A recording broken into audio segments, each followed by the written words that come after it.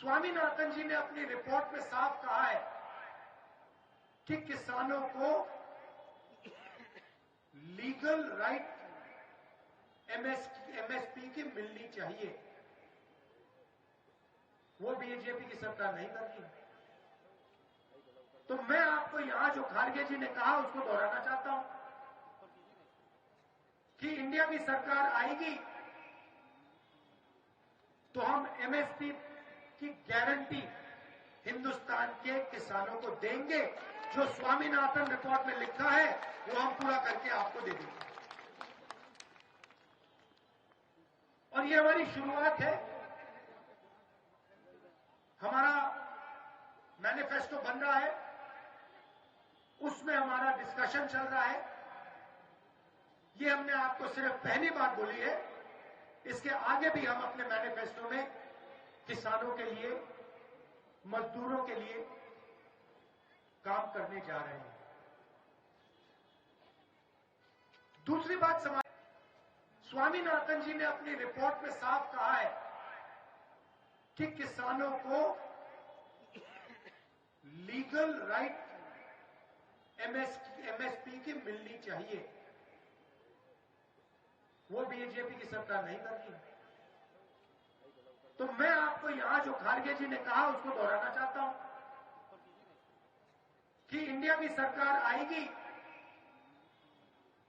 तो हम एमएसपी की गारंटी हिंदुस्तान के किसानों को देंगे। जो स्वामीनाथन रिपोर्ट में लिखा है वो हम पूरा करके आपको दे देंगे। और ये हमारी शुरुआत है। हमारा मैनिफेस्टो बन रहा है, उसमें हमारा डिस्कशन चल रहा है। ये हमने आपको सिर्फ पहली बात बोली है। इसके आगे भी हम अपने मैनिफेस्टो में किसानों के लिए, मजदूरों के लिए काम करने जा रहे हैं। दूसरी बात सामाजिक न्याय। स्वामीनाथन जी ने अपनी रिपोर्ट में साफ कहा है कि किसानों को लीगल राइट एमएसपी की मिलनी चाहिए। वो बीजेपी की सरकार नहीं कर रही। तो मैं आपको यहां जो खारगे जी ने कहा उसको दोहराना चाहता हूं कि इंडिया की सरकार आएगी तो हम एमएसपी की गारंटी हिंदुस्तान के किसानों को देंगे। जो स्वामीनाथन रिपोर्ट में लिखा है वो हम पूरा करके आपको दे देंगे।